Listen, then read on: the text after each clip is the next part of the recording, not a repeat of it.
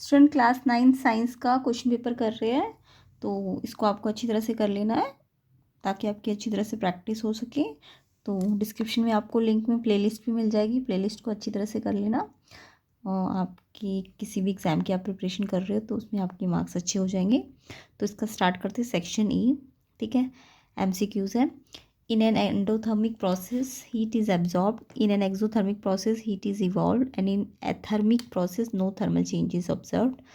What is the nature of evaporation of ether? तो आपको पता है ना एंडोथर्मिक क्या होती है, जिसमें हीट एब्जॉर्ब हो, ऐसी रिएक्शन। एक्सो मतलब जहाँ हीट रिलीज हो या इवॉल्व हो।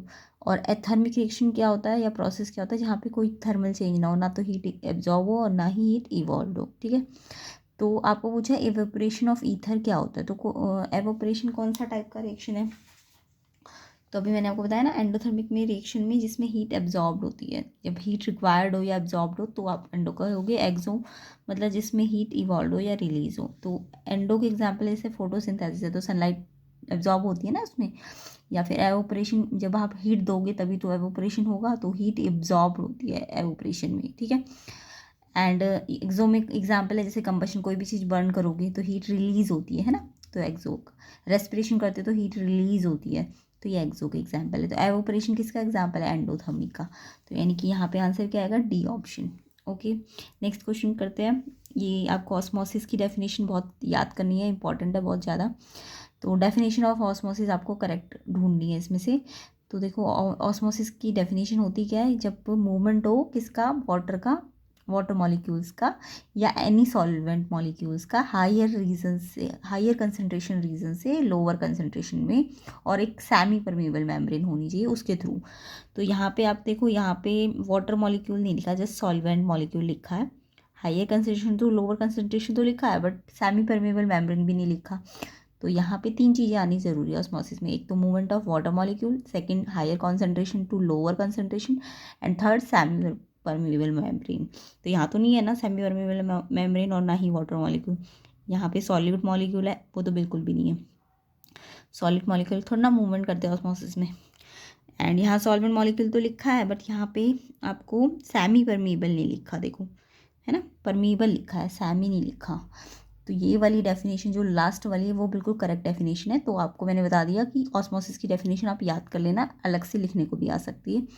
तो मूवमेंट ऑफ वाटर मॉलिक्यूल और एनी सॉल्वेंट, और एनी सॉल्वेंट मॉलिक्यूल। ठीक है, वाटर भी मॉलिक्यूल हो सकता है, सॉल्वेंट मॉलिक्यूल भी हो सकते हैं, जरूरी नहीं वाटर ही हो, सॉल्वेंट में कोई भी हो सकता है, जो हायर कॉन्सेंट्रेशन से लोअर कॉन्सेंट्रेशन में जाए, और किससे जाए, through a semi permeable membrane. Semi permeable membrane होना जरूरी है ऑस्मोसिस में। यहाँ पे लिखा तो ठीक था सॉल्वेंट मॉलिक्यूल, बट यहाँ परमेबल लिखा था, सेमी नहीं लिखा था, इसलिए ये वाला आंसर है, डी ऑप्शन इसका करेक्ट है। तो ऑस्मोसिस की डेफिनेशन याद कर लेना। Next question, a particle accelerates from rest at a constant rate for some time and attains a constant velocity 8 meter per second. Afterward, it deaccelerates at a constant rate and comes to rest.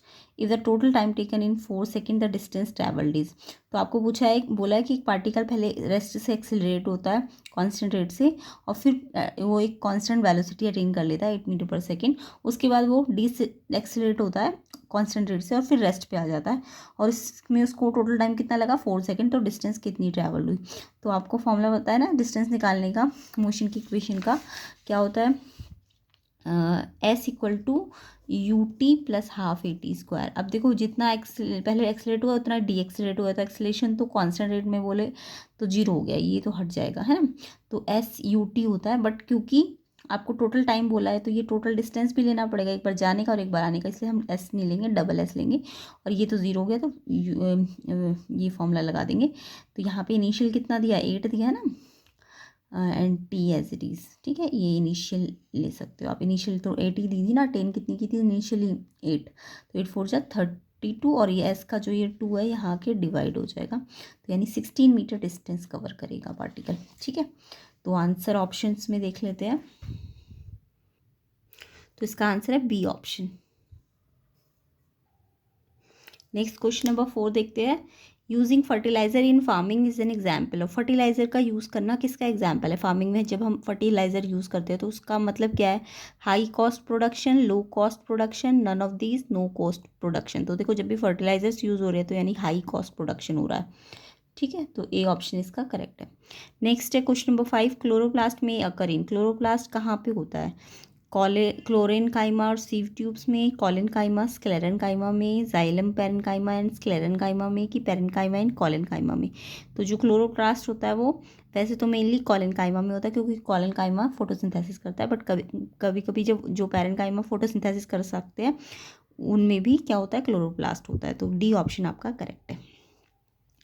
Chromosomes are made up of, ये तो सबको पता होगा, chromosomes किससे बनते हैं? DNA and protein, D C option इसका correct है।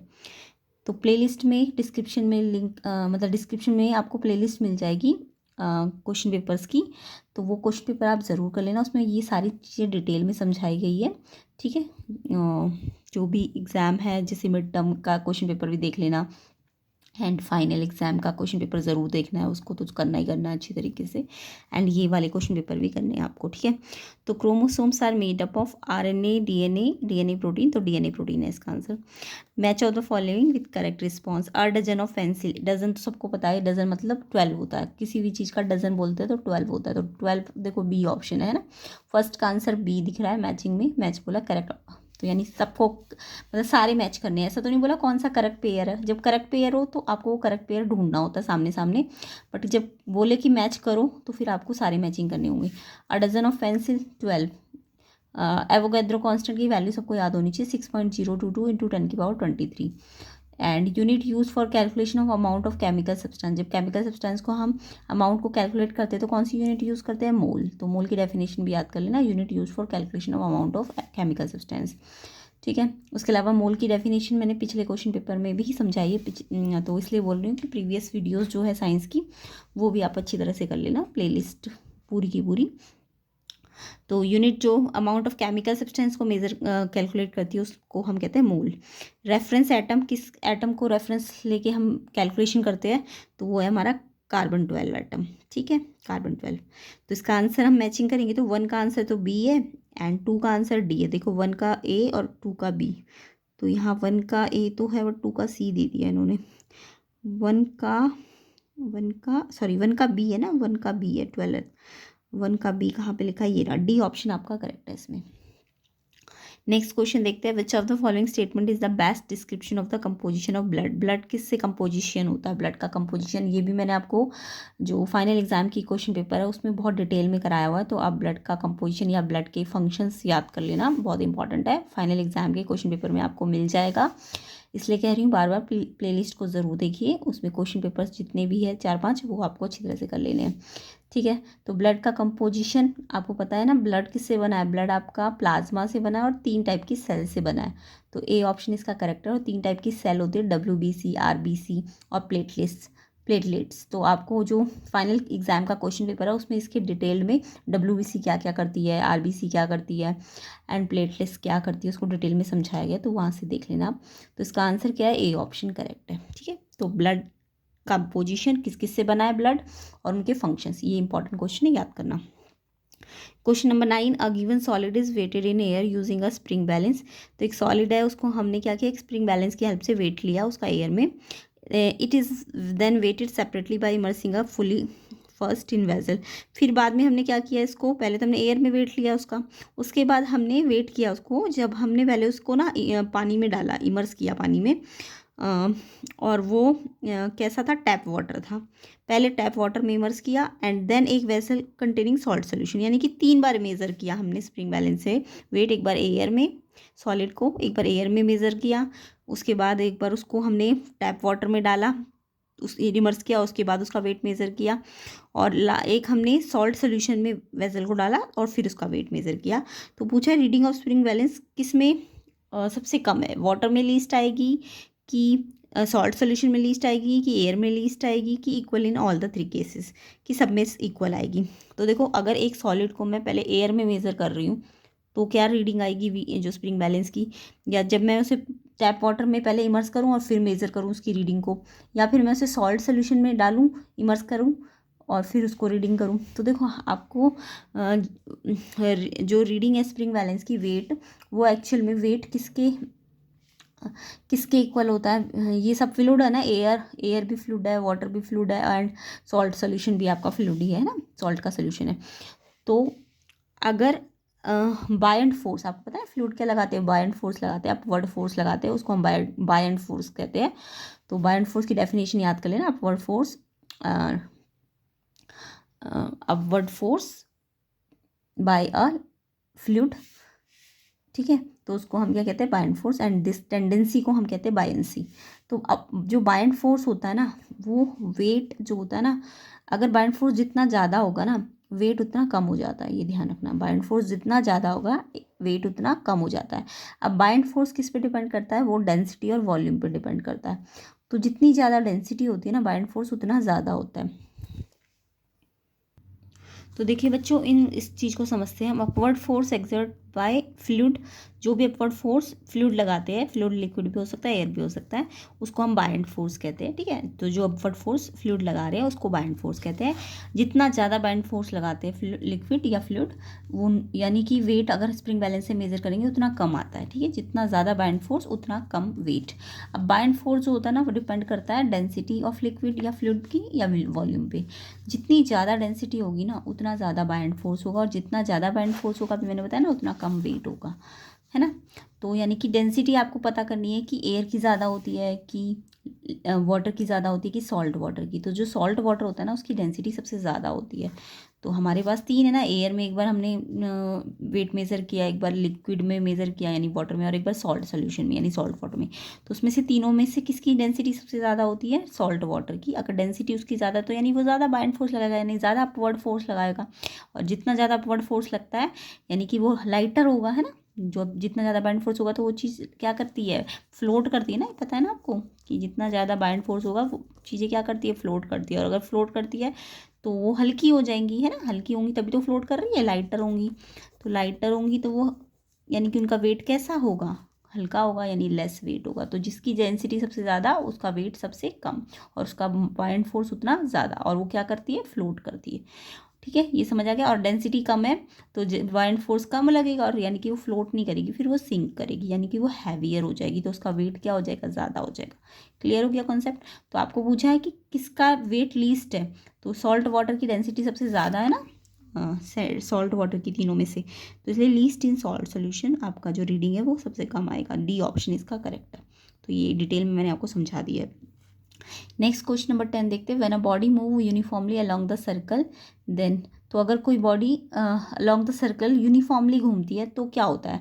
तो देखो, जब भी बॉडी सर्कल में घूमती है, तो सर्कल में या तो वो कांस्टेंट स्पीड से घूमेगी, या मान लो 5 की स्पीड से सर्कुलर चक्कर लगा रही है, राउंड लगा रही है, 5 स्पीड वही है, बस चक्कर लगा रही है ना। लेकिन अगर वही बॉडी पहले आप सर्कुलर मान लो ट्रैक में पहले 2 की स्पीड से भाग रहे थे, फिर 4 की स्पीड से, फिर 6 की स्पीड से, यानी कि आपने अपनी स्पीड को लगातार क्या किया, चेंज किया, यानी वो तो यूनिफॉर्म नहीं होगा ना, फिर तो वो नॉन यूनिफॉर्म होगा। तो आपको यहाँ बोला है कि सर्कल में चक्कर लगा रहे हैं यूनिफॉर्मली, यानी कि 5 की स्पीड, तो 5 की स्पीड से ही आप भाग रहे हो सर्कुलर ट्रैक पे।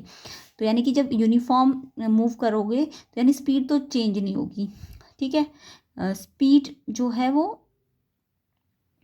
कांस्टेंट रहेगी, स्पीड कांस्टेंट रहेगी, लेकिन वेलोसिटी चेंज होगी। क्यों होगी वेलोसिटी चेंज, देखो सर्कल में लगातार आपकी डायरेक्शन चेंज हो रही है ना, तो सर्कल में डायरेक्शन चेंज हो रही है लगातार, तो इसलिए डायरेक्शन किस पे डिपेंड करती है, वेलोसिटी पे। तो वेलोसिटी तो चेंज हो रही है, लेकिन यूनिफॉर्मली बोला है ना, तो इसलिए स्पीड कांस्टेंट है। तो डी ऑप्शन आपका करेक्ट है। Question number 11, what mass of CO2 will 3.011 into 10⁻23 molecule contain. तो ये मैंने आपको पहले भी बताया हुआ, CO2 का मास निकालना है अगर इतने मॉलिक्यूल उसके अंदर हो। तो प्रीवियस वीडियो जाके इसकी डिटेल में है, वो चेक कर लेना एक बार। तो देखिए, जब भी ऐसे क्वेश्चन आते हैं तो सबसे पहले हमें क्या करना पड़ता है, मॉलिक्यूलर मास निकालना पड़ता है, क्योंकि हमें पता है 1 मोल बराबर क्या होता है, मॉलिक्यूलर मास, ठीक है। और इसके अलावा 1 मोल मॉलिक्यूलर मास के बराबर तो होता ही है, नंबर ऑफ एवोगैड्रो नंबर के बराबर भी होता है, यानी कि 1 मोल जो होता है मॉलिक्यूल्स का, उसमें कितने नंबर होते हैं, मॉलिक्यूल्स के इतने नंबर होते हैं, ठीक है। तो 1 मोल मोलर मास के बराबर भी होता है, एवोगैड्रो नंबर के बराबर भी होता है, ये एवोगैड्रो नंबर है, ठीक है। तो हमें सबसे पहले तो क्वेश्चन में बोला है कि इतने मॉलिक्यूल में, तो हमें पता है इतने मोलर मास होगा, क्योंकि इसका मोलर मास हम जब निकालेंगे तो वो इतना आएगा। और ये निकालना मैंने आपको बताया है। कार्बन और डाइऑक्साइड का मॉलिक्यूलर मास कैसे निकाला जाता है, देखो कार्बन का कितना एटम है, 1 एटम है ना, और ऑक्सीजन के कितने एटम है, 2 एटम है। अब इनके एटॉमिक मास आपको पता है, कार्बन का 12 है एटॉमिक मास, और ऑक्सीजन का 16 होता है। तो इनको 12 × 12 और 16 × 32 यानी 44 ग्राम इसका मॉलिकुलर मास है, उसी का मोलर मास कहते हैं। तो मॉलिकुलर मास कितना है 44 ग्राम, उसमें कितने मॉलिक्यूल होंगे, इतने मॉलिक्यूल होंगे। तो हमें कितने मॉलिक्यूल के लिए पूछा है 3.022 इंटू 10⁻23 मॉलिक्यूल्स के लिए पूछा है कितना मास होगा। तो अगर इतने में 44 ग्राम मास है तो इतने में कितना होगा, देखो ये इसका जस्ट आधा है ना, दिख रहा है ना, इसका आधा करा तभी तो ये आया, तो इसका भी आप हाफ कर दो या फिर आप यूनिटरी मेथड लगा दो। इतने में इतना है तो पहले एक में निकालो, तो एक में निकालने के लिए इसको ऊपर रखोगे और इसको नीचे रखोगे, है ना। पहले एक में निकालोगे, ये वाला जब भी एक में निकालते हो तो ये चीज़ कहाँ चली जाती है, डिवाइड में चली जाती है। और फिर इतने में निकालोगे तो ये एक में आई है तो इससे मल्टीप्लाई कर देना। और वैसे भी अंडरस्टूड है, अगर इतने में इतना है तो इसका आधा करूँगी तो इसको भी तो आधा करना पड़ेगा। तो ये देखो इसकी ये इसका डबल, इसके 2 टाइम्स आएगा, ये कट गया और इसका हाफ करोगे तो 22 ग्राम। यानी कि वो दिख ही रहा था कि इतने में अगर इतना मोलर मास निकाल लिया करो पहले इसमें क्वेश्चन में, ठीक है। उसके बाद इतना मोलर मास है तो इतने मॉलिक्यूल है, तो या तो आपको ये बोलते 22 ग्राम में निकालो कितने मॉलिक्यूल होंगे, है ना। तब तो आप यहाँ से यूनिटरी लगाते। अभी आपको बोला इतने मॉलिक्यूल में कितना मास है, तो आप इनको बराबर रखो, मोलर मास को मॉलिक्यूल्स के बराबर। तो ये मॉलिक्यूल इतने मॉलिक्यूल में निकालना है कितना मास है, तो यहाँ से यूनिटरी मेथड लगा दो। तो पहले एक में निकालो, तो एक में निकालते हैं तो ये डिवाइड में जाता है और फिर ये मल्टीप्लाई में आ जाएगा, तो 22 ग्राम होगा, ठीक है। तो ये फॉर्मूला याद रखना आप। नेक्स्ट क्वेश्चन, अच्छा तो डी ऑप्शन इसका आंसर होगा। नेक्स्ट क्वेश्चन है rhythmic contraction and relaxation throughout life are shown by. तो जो कॉन्ट्रैक्शन एंड रिलैक्सेशन होता है बार बार पूरी लाइफ में आपका, रिदमिक मतलब रिदमिक को कह सकते हैं पंप की तरह, जो कभी हमारा कॉन्ट्रैक्शन होती है बॉडी, कभी रिलैक्स होता है, तो वो किसके कारण होता है, वो एपिथेलियम लंग्स के कारण होता है। स्ट्रेटेड मसल ऑफ टंग के कारण कॉन्ट्रैक्शन रिलैक्सेशन आता है, या स्ट्रेटेड मसल ऑफ लिम्स के कारण कॉन्ट्रैक्शन रिलैक्सेशन होता है, कि कार्डिक मसल्स ऑफ हार्ट। तो देखो हार्ट के कारण ही तो कभी बॉडी रिलैक्स करती है कभी कॉन्ट्रैक्ट करती है ना। तो डी ऑप्शन इसका करेक्ट है। रिदमिक मतलब जैसे रिदमिक कोई पंपिंग होती है ना, तो ये डी ऑप्शन इसका करेक्ट आंसर है। 13 देखते हैं, which among the following is concern with the synthesis and transport of lipid within the cell. तो इनमें से कौन सा कंसर्न है जिसमें लिपिड्स का ट्रांसपोर्ट और सिंथेसिस हो रहा है सेल के अंदर। तो यहाँ पे आएगा smooth endoplasmic reticulum, A option इसका करेक्ट है, ठीक है। Next question, the formula for quicklime. Quicklime का फॉर्मूला आपको याद रखना है, कैल्शियम ऑक्साइड होता है। क्विकलाइम किसको कहते हैं, कैल्शियम ऑक्साइड को। सी ऑप्शन इसका करेक्ट है। इसको तो स्लेक्ट लाइम कहते हैं, CaOH2 को क्या कहते हैं, स्लेक्ट लाइम, और ये क्विक लाइम है, ठीक है। और ये तो कैल्शियम कार्बोनेट है। Next, which type of solution is form when sand and water are mix thoroughly and then kept undisturbed for some time. कौन सा सोल्यूशन है जब सैंड और वाटर को मिक्स करते हैं, ये तो आपने अच्छी तरह से याद किया होगा। इसके अलावा मैं फाइनल एग्जाम के क्वेश्चन पेपर में ये क्वेश्चन आया हुआ है, सस्पेंशन कोलाइडल में डिफरेंस करो, तो वहाँ पे आप डिटेल में इस क्वेश्चन को पढ़ लेना, तो प्लेलिस्ट में मिल जाएगा आपको, ठीक है, डिस्क्रिप्शन में। तो क्वेश्चन नंबर 15 में बोला है सैंड और वाटर को मिक्स करते तो कौन सा सोल्यूशन होता है, ये तो सबको पता है ना। ये कैसा होता है, तो जब भी सैंड और वाटर मिक्स होते हैं तो सैंड का साइज़ बहुत बड़ा है ना, तो यानी कि वो सस्पेंशन मॉलिक्यूल्स होते हैं, ठीक है। क्योंकि वो जब आप हिलाते हो उस दोनों के मिक्सचर को, तो वो क्या होता है, क्लाउडी हो जाता है ना, तो उसके पार्टिकल दिखने लगते, तो सस्पेंशन, ठीक है। डी ऑप्शन इसका करेक्ट है। नेक्स्ट क्वेश्चन नंबर 16 देखते हैं, green revolution. Green revolution matching करनी है आपको सबको ही, करेक्ट रिस्पॉन्स, यानी कि ऐसा तो नहीं बोला ना करेक्ट पेयर, जब पेयर बोले तो कोई एक पेयर करेक्ट होता है या इनकरेक्ट होता है, लेकिन अभी बोला मैच करो, तो मैच करना है आपको सबको। तो ग्रीन रेवोल्यूशन किससे रिलेटेड है, वीट से। ग्रीन यानी क्रॉप्स, ठीक है, तो क्रॉप्स क्या है, वीट। तो ग्रीन रेवोल्यूशन वीट प्रोडक्शन, ये सही है, ये तो सामने सामने है, A का 1। वाइट रेवोल्यूशन आपका मिल्क है, याद रखना, एग मत लिख देना, एग भी कहीं को वाइट होते हैं। वाइट रेवोल्यूशन मिल्क से रिलेटेड है, मिल्क प्रोडक्शन बड़ा था वाइट रेवोल्यूशन में, तो white revolution increase milk production, यानी थर्ड वाला। सिल्वर रेवोल्यूशन आपका एग प्रोडक्शन होता है, increase egg production, silver revolution. Next, blue revolution आपका फिश से रिलेटेड है, इंक्रीज फिश प्रोडक्शन। तो ग्रीन का आएगा वीट से, ए का फर्स्ट है, बी का थर्ड है, और सी का सेकेंड है, और डी का फोर्थ है। देखो ए का फर्स्ट कहाँ पे लिखा है, इस वाले में, हाँ इसी में लिखा है ना, तो सी आंसर होगा इसका। नेक्स्ट क्वेश्चन नंबर 17 देख लेते हैं। एजर्शन है कि position time graph of a body moving uniformly in a straight line is parallel to position axis. तो बच्चों देखो, अगर पोजीशन ग्राफ यानी एसटी ग्राफ में पैरेलल लाइन है ना, तो पैरेलल लाइन का मतलब क्या होता है कि आपका जहाँ हो ना, यानी कि 10 मीटर पे हो तो 10 ही मीटर पे हो आप, टाइम कितना भी बढ़ता जा रहा है तो आप मतलब 10 मीटर पे अगर पहुँच गए थे ना इनिशियली, तो आप 10 में ही रहोगे, है ना। ये तो है पैरेलल का मतलब। तो टाइम कुछ भी हो बट आप 10 पे हो और 10 मीटर डिस्टेंस पे ही रहोगे, तो यानी कि आप बॉडी किस पे होगी, रेस्ट पे होगी। तो जब भी एसटी ग्राफ में पैरेलल लाइन आती है तो यानी रेस्ट होता है। और अगर एसटी ग्राफ में पैरेलल लाइन ना आके ऐसे स्ट्रेट लाइन आ जाए तो हम कहते हैं यूनिफॉर्म वेलोसिटी या कांस्टेंट वेलोसिटी।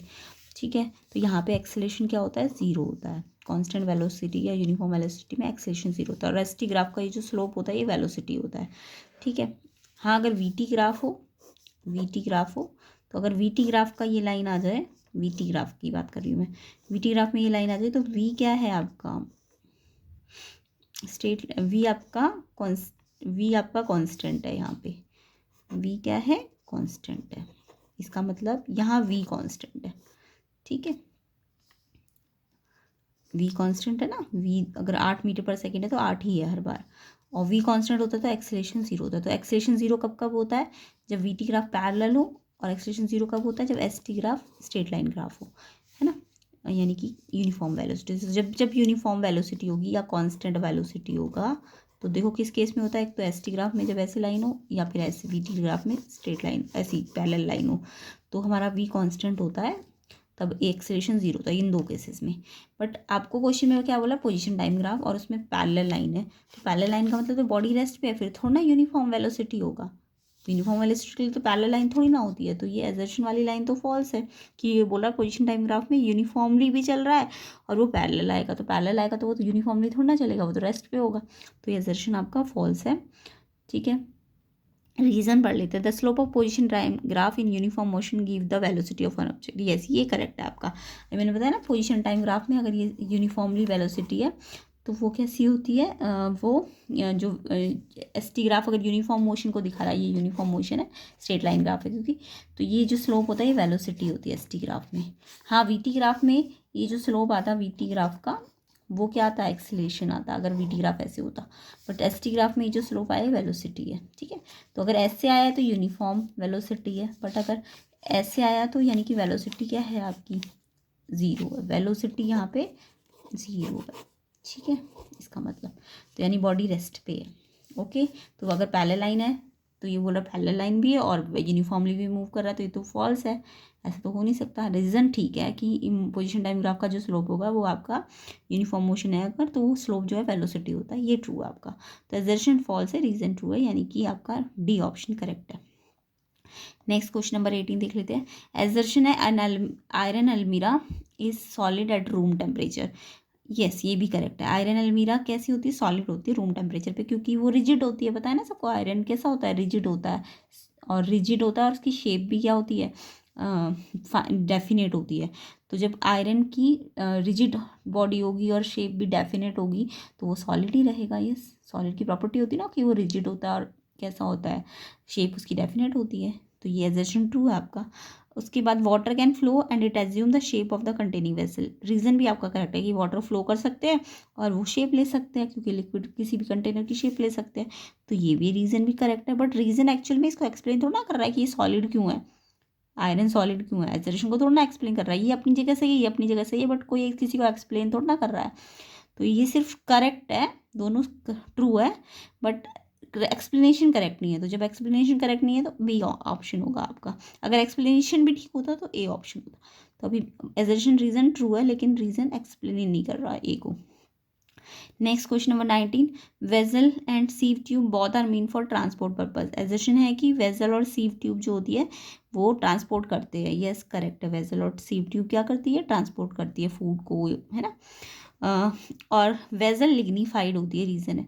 यस, ये भी ट्रू है कि वेजल लिग्निफाइड होती है। लिग्निफाइड मतलब वो सपोर्ट देती है, स्ट्रेंथ देती है प्लांट को। ठीक है, तो ये भी करेक्ट है आपका, वेजल लिग्निफाइड होती है।